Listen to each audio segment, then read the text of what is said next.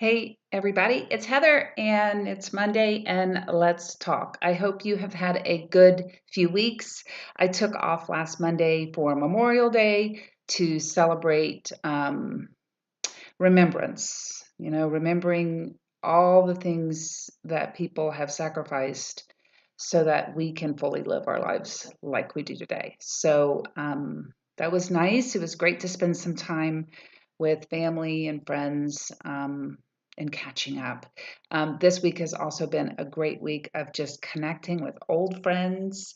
Um, and how remarkable it is that you can know another human being for 20 years. And how those human beings make such an impact on us and our lives as far as the trajectory of our lives. How a group of people, a community of people, in this case for me, it was MOPS, Mothers of Preschoolers. As a new mom, finding that group was a life changing event for me.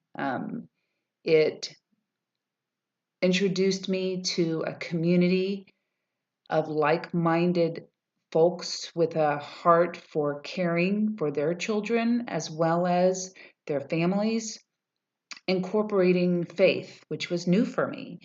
Um, for me as a young mom, I was not a spiritual person. I had not grown up in church, and MOPS was kind of my first foray into a spiritual community of faith. And it was life changing. And so I always hold those people safely in my heart, treasured, protected, because they are truly have fingerprints all over my soul. Um, so if anybody from MOPS is watching, it was great to see you guys, and thank you for being part of me, part of who I am today. So I wanted to talk about this cool thing that I've been researching and educating myself on called hedonic adaptation. And there is an awesome lady. Her name is Dr. Laurie Santos, and she has a podcast called The Happiness Lab. And when we use the word happy, a lot of times we kind of get frustrated or confused or annoyed because we're applying the word happy to other things. And that's where emotional health and emotional terminology and having language around our feelings and our emotions is so important. So, the Happiness Lab is a podcast that she has spent years researching about happiness and how it works and understanding that there are parts of our being as humans that we all experience, that we all have. And it's really important to learn how to use the tools that we have already, that we already inherently have in us, that we can access, understand, and be aware of, just like the iceberg, where I talk about having our past wounds, or maybe wounds that are unconscious below the waterline, experiences, traumas, capital T trauma, lowercase t trauma, even simply as being bullied as a child or having parents that worked all the time. And so you felt somewhat abandoned. When we use the words abandoned, we always think of the worst case scenario, a child that has been abandoned physically or emotionally, in an abusive situation. However, those other types of experiences that we experience as a child, when our parents are busy or working a lot, we experience and feel abandonment. And that is valid. And that our body doesn't know the difference between abandonment that is legitimate, the child abandoned, you know, parents gone versus parents gone to work and then coming back. Child still experiences the grief and the loss of the abandonment, even though the context may be very different. The body and the brain don't know the difference. Okay. So it's going to react the same way. So understanding all of those below the waterline things that I've talked about before with regard to self awareness are critical in what we're talking about today. So, today we're talking about hacking happy, um, using self awareness as we understand what hedonic adaptation is and how we can leverage that to maintain our unique happiness baseline, because we all have one, and it's all unique as our fingerprints. Okay, let's jump right in. So, hacking happy, harnessing the power of self-awareness and hedonic adaptation. So, first, hedonic adaptation is the observed tendency of humans to quickly return. Okay, so understand this is an observed tendency, which means it's been highly researched that humans quickly return, and that's an important word there, quickly return to a relatively stable level of happiness, despite major positive or negative events or life changes. So that is really, really important to understand, that this hedonic adaptation is observed, it's researched, that humans quickly return to a relatively stable level of happiness. I would call that a baseline happiness, despite the good things, the bad things, the awful things that happen in our lives.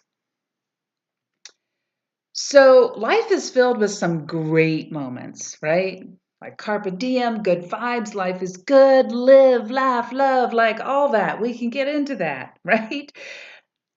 But life brings forward these things that are so wonderful, right? Like weddings, graduations, winning the lottery, right? New babies. I have a new grandbaby, a new job, a new career. Maybe leaving a job you dislike and going into a new area and finding that deep meaning and joy, winning trophies. Maybe you're an athlete. Maybe you love to participate in, you know, athletic or exercise challenges like races or runs or challenges. Those are a lot of fun and they really serve us very well. And those are wonderful, wonderful moments, right?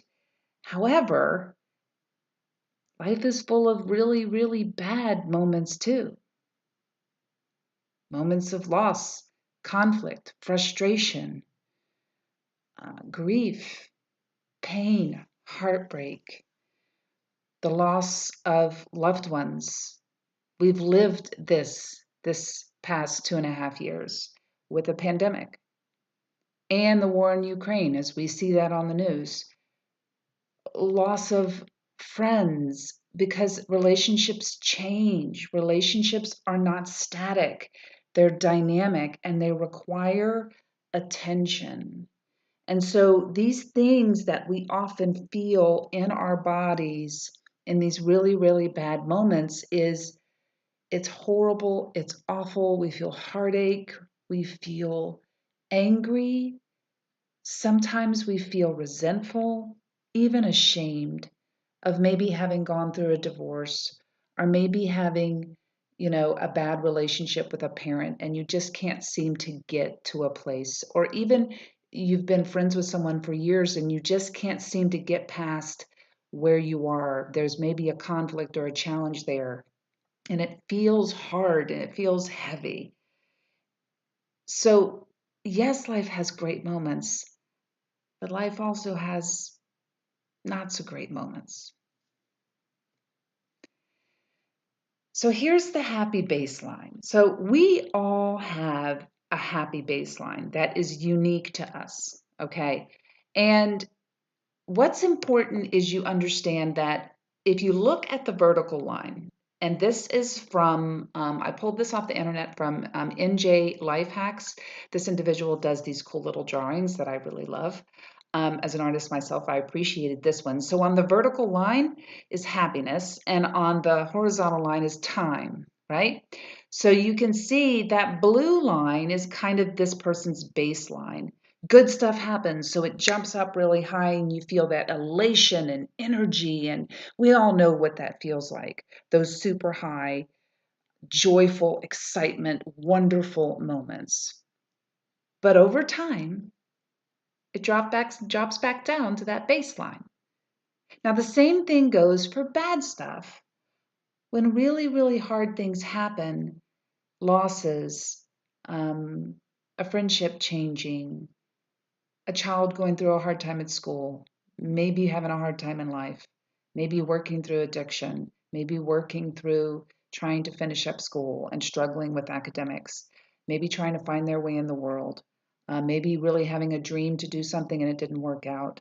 Maybe you are trying career changes and the doors just seem to be shutting everywhere.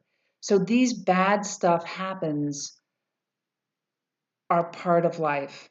However, what research is showing is that hedonic adaptation is how we always tend to go back to our happiness baseline. And what that means is over time, we go back to that same kind of place of the baseline, that these high, wonderful moments are great, but eventually over time, we go back to the baseline. Same thing when bad things happen, really bad things happen, you're low. Over time, we come back to our happy baseline. And it's as unique to us as our fingerprint. So there's no comparing here. Now, here's the challenge with understanding hedonic adaptation and how it kind of works with regards to corporate America. Corporations all over the globe, not just America, but all over the globe. They utilize what's called they utilize or leverage hedonic adaptation to sell us the next great thing. Marketing commercials know the human psyche much more than we know ourselves. So this is important to understand.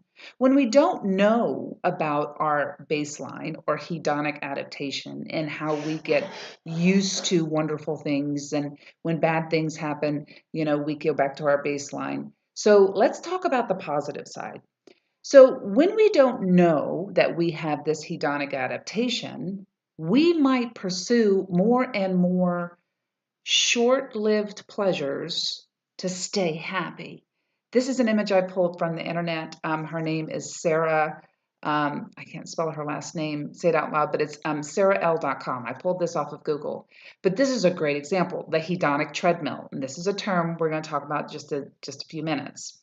So let's say she starts with, I need a new phone. Mine is not good, it's bad. And then I'll never be happy until I get a phone that makes a decent latte, right? Never be happy, never. Then elation, new phone, so shiny, doing the happy dance. So, right, hi, yes, I got the phone. And then soon over time, this phone is stupid. This phone only cures cancer. You call that a feature? And then the cycle starts again. So this is called the hedonic treadmill. And we can get stuck on this treadmill of pursuing the next beautiful, bright thing in order to stay happy. We believe that if we don't get the next great thing, we won't hold our happy. We won't have it. And so we keep going and going. And y'all, this is devastating, not only financially, but mostly emotionally, spiritually, and psychologically. We become exhausted by trying to chase the next right thing. Now, here's the thing. The opposite end of the spectrum is, what about those bad moments? When we hit those bad moments, we might believe we will stay this way forever. We have the feeling that time slows down and we are perpetually stuck in our pain, our heartache, our grief, our overwhelm, living through a bankruptcy, losing our job. Even our house may be going through, maybe there's a fire and your home was lost, or a hurricane came and took out some property. We feel like we're going to feel this loss and anger and resentment and frustration and sorrow and grief forever. And we feel like we're going to cry forever.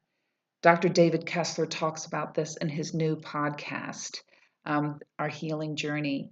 And I cannot recommend that podcast enough. I hope I got the name right. I will link to it in the notes on the podcast when this drops Wednesday.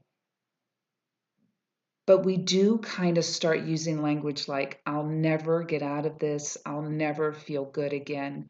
I will always feel this way. Hedonic adaptation reminds us that neither are true. Neither are true. The hedonic treadmill of pursuing the next bright, shiny thing is never going to get us to deep, meaningful happiness. And also that the bad things that happen will not last forever. Over time, we will come back to our happy baseline. And what's important is understanding how to use hedonic adaptation through self-awareness and understanding of what drives true, genuine happiness, particularly understanding what maintains your happiness baseline. What are the ways that you can leverage hedonic adaptation to hack happy? So when amazing moments happen, here's the thing. You want to be present, enjoy, and stay curious. Permit yourself to feel good. When those great happy moments happen, you're allowed to feel good.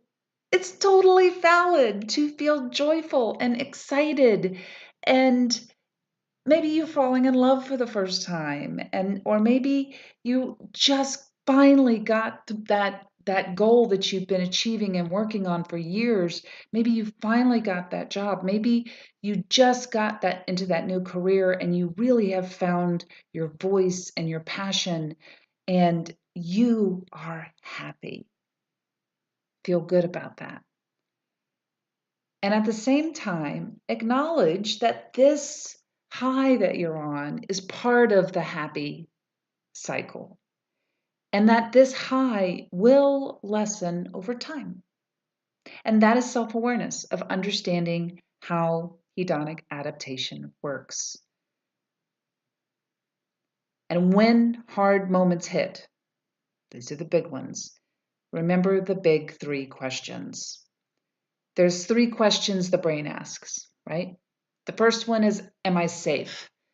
So when hard moments hit, the brain's going to ask, am I safe? And it's all around, the amygdala is all around survival. So that's where we have the fight or flight or freeze, right? Either we run or we fight. We have this sense of a heightened temperature. Our breathing becomes more rapid. It's where reflexes are. It is also the oldest part of the brain. And so that part of the brain is always going to be making sure we're safe. Am I safe? And those hard moments, you need to be able to understand how you're going to respond, how your body's going to respond, so that you can do the things you need to do to help yourself feel safe. Whether that means going and allowing yourself to feel what you feel, journaling, meditation, even going for a walk around the block really helps the body begin to calm down when we feel that initial response of fear or anger, or we're triggered or activated emotionally with those hard, ouchy emotions. We want to be able to tell that part of the brain, we're safe. We went for a walk, we took some breaths, we're safe.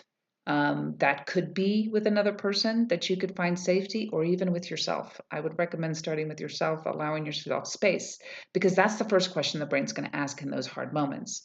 The second question the brain's going to ask is, okay, we get to a place of safety. Our body is not freaking out. Our breathing has calmed down. Our heart rate has calmed down. We're not feeling an urgency to run or fight. We feel calm. The next question the brain's going to ask in this hard moment is, am I loved?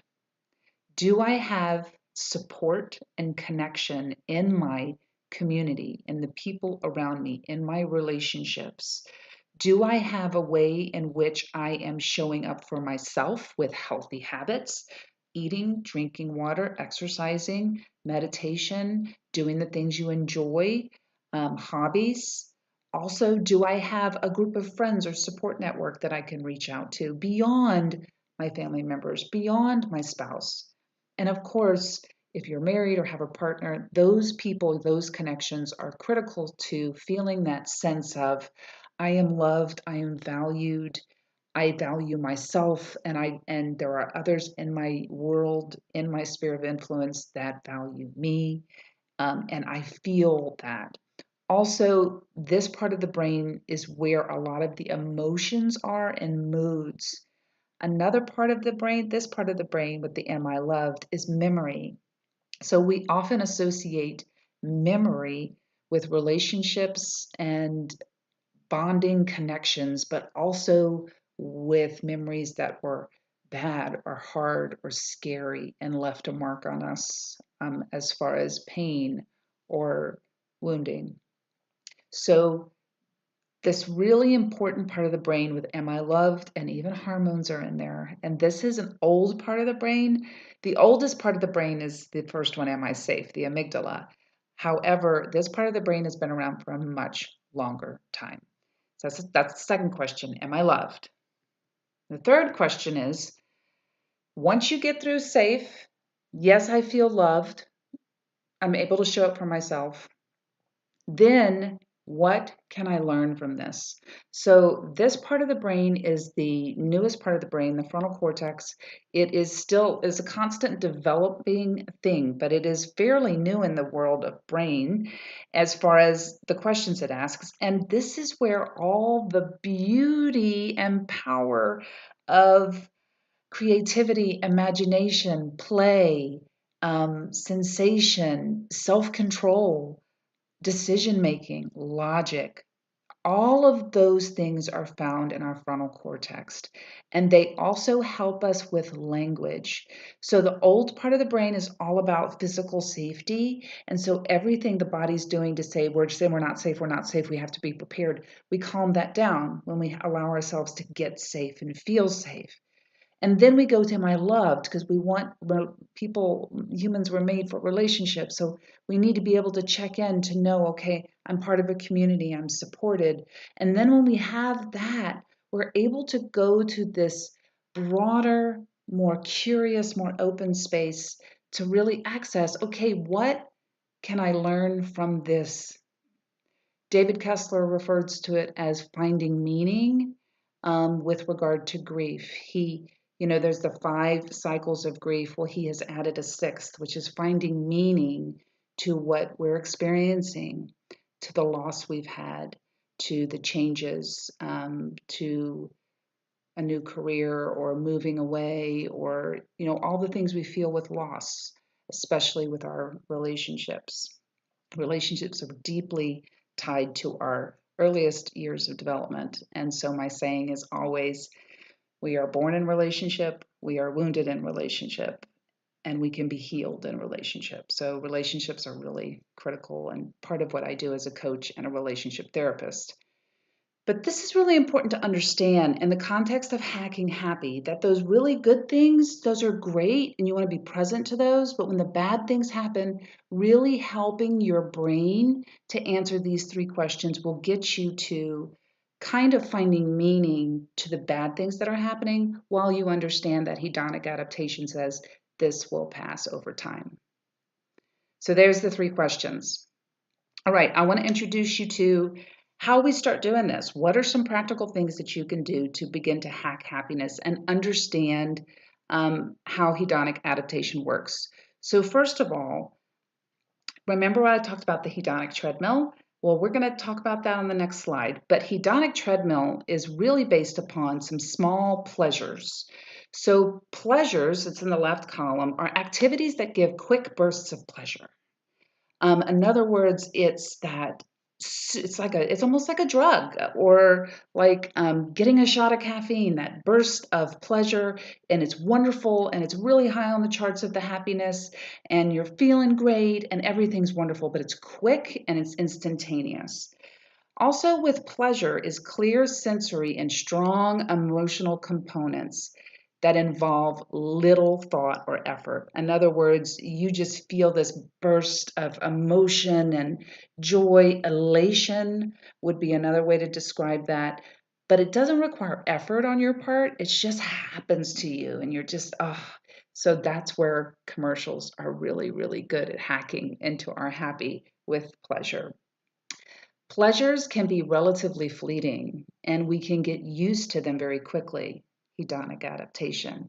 That's the treadmill of always chasing the next bright, shiny thing. However, with pleasures, when used with intention, they can create an upward spiral of positivity, increasing happiness and resilience during stress. So, when we go through those bad moments, we can actually use these little pleasures intentionally to create a spiral upward of positivity to increase our happiness and get us to our baseline quicker. Okay, doesn't mean it's going to happen overnight, but in those times of stress or overwhelm, those little pleasures, like having your favorite cup of coffee or going for a walk with your dog, or maybe even watching one show on Netflix instead of just sitting there and watching the whole series for 4 hours long, right? There's a difference. So the keyword here is intentional. So the right side of the column, this table here, is gratifications. And this is where the real bulk of Hacking Happy is: activities that get us into a feeling of flow. If you've ever been doing something and time flew by, you know you're in flow. And those types of activities, well, they require more effort. But at the same time, they allow us the challenge that is both fun and empowering because we're in a place of really using our abilities and our gifts fully. So we want to make sure we're doing things that we really love to do, that we enjoy doing, that maybe we're not really great at, but we want to be. And it's fun, it's creative, it's exciting. Gratifications present a strong sense of meaning to us and are more immune to the effects of hedonic adaptation, right? So hedonic adaptation is the effects of hedonic adaptation is the pleasures, right? Where we're on the hedonic treadmill. However, hedonic adaptation always is. We're always going to go back to our baseline. But that strong sense of meaning and like the brain where what can I learn from this gives us a sense of meaning and grounding in what we're doing. And so that joy, that happiness is much more authentic to our being, to our values, to what matters to us the most. The more we engage in gratifications, the more we enjoy them, which means the happier we are. So let's talk real quick about getting off the chasing happy treadmill, which is the hedonic treadmill. So we want to be able to really balance both gratifications and pleasure to maintain happy. So there's nothing wrong with pleasures. We all enjoy those. Oh, I'm going to go out and get ice cream, and that is a sweet, wonderful pleasure. Or maybe you have a party for a friend, and that social event is so fun, and you just wish your whole week could be one day after another of having these wonderful events with friends. But those things end, right? And they're fleeting and they're short and they're quick bursts of joy. But having gratifications, like bringing in both sides of that table to balance out your happy, gets you to your baseline and develops your baseline and develops your response to stress or difficult situations in a much more balanced way. Number two, engage in meaningful hobbies or side hustles that awaken your curiosity and creativity. I mean, I continually meet people who have found whole new careers by simply being curious and creative and getting into a hobby or a side hustle that they really enjoy. And number three, work intentionally with a coach like myself or therapist on living fully here, like living fully in the moment of doing the thing you enjoy without attachment to a specific outcome. That's a whole nother teaching on control, what we can control and what we can't. And you can find it in my library. I think I did it last year on control. I have a really good graph that goes with that. But the key here is living in the moment, living present without attaching to a specific outcome. Because outcomes, we often cannot control the outcome of anything.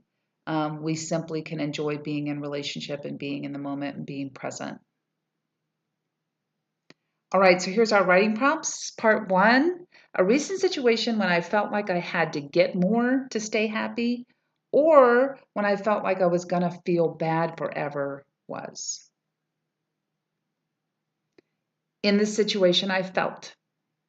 Here you will use the feeling wheel, Google feeling wheel, and it will help you identify the feelings more intentionally. The feelings reminded me of. So what did those feelings remind you of that felt familiar? Recalling that I think I needed, but I didn't get it.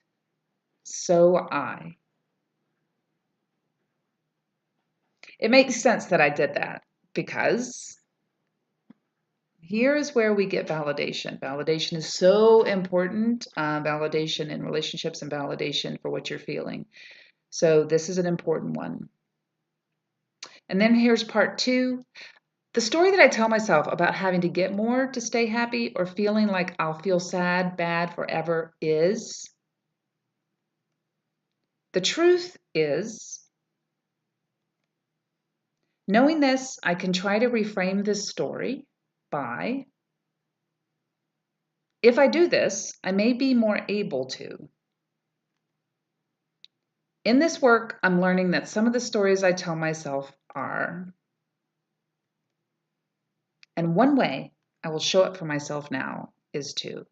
So these writing prompts really are your tool to being able to lean in, to understand through self-awareness why you might be on a hedonic treadmill, why you may be pursuing the next bright thing all the time and feeling exhausted and fatigued and kind of starting to lose your joy of life because you're finding that I get the next thing and it doesn't fulfill me, it doesn't hold me. It's not sustaining my happiness. Remember, pleasures and gratifications, not versus. We use them both together. So this video will drop on my podcast on Wednesday morning. You can feel good even when life doesn't. You can find all this information at letsfeelgoodnow.com.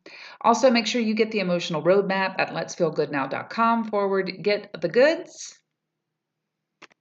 And that is it.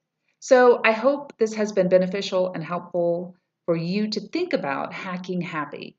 That happy is not some temporary thing. We can actually access our happiness with intentionality by understanding how we're wired, how we get used to things in a very quick way, and how important it is to not live on the hedonic treadmill where we're just going after the next bright thing, but being able to incorporate those gratifying experiences, hobbies, side hustles, relationships, family that sustain us and maintain that happiness baseline over time so that we can learn how to leverage and hack our happy.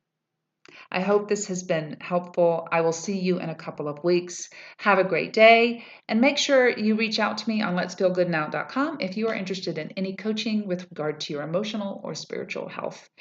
Happy to help you with careers, relationships, family, and personal development. Y'all take care. Have a wonderful 2 weeks. See you soon.